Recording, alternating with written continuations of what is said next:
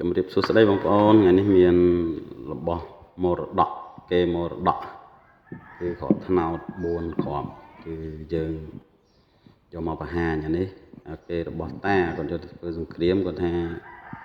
កាលគាត់នៅរស់ហ្នឹងគាត់ថាត្នោតនេះគាត់យកទៅធ្វើសង្គ្រាមអត់មានបញ្ហាអីទេហើយពេលត្រឡប់មកវិញគាត់គប់ចោលគាត់គប់នៅគល់ត្នោតហើយខ្ទាតចំគាត់វិញទៀតចំគាត់វិញក៏គាត់រើសយកមកទុកទៅហើយខ្ញុំក៏រក្សាទុកបន្តពីគាត់រហូតមកហើយប៉ាកែគាត់ថាប៉ាកែតែនេះគ្រាន់តែជាគាត់ថាទេតែយើងមិនទាន់បានប្រើប្រាស់អីទេព្រោះយើងទុកនៅផ្ទះទៅវាចេះតែបានសុខបានសប្បាយវាអត់មានបញ្ហាអីទេហើយក៏វាមិនធ្ងន់ធ្ងរអីដែរក៏ទុកទៅហើយគេសុំជាវច្រើនដែរក៏ខ្នោតនេះហើយខ្សែចងដែលគាត់ចងពាក់កហ្នឹងសម័យហ្នឹងវាមិនសូវមានអីផងក៏យកវល្លិក្លូតចងវិញធ្វើខ្សែចងពាក់កទៅដាច់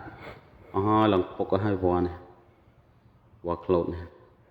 ខ្ញុំរក្សាទុករហូតដល់សប្តាហ៍ថ្ងៃនេះហើយរៀងធ្ងន់ដែរបងប្អូនរៀងធ្ងន់គួរសមហើយទុកតានេះវា4ជាប់គ្នាតំណាងជាតិទាំង4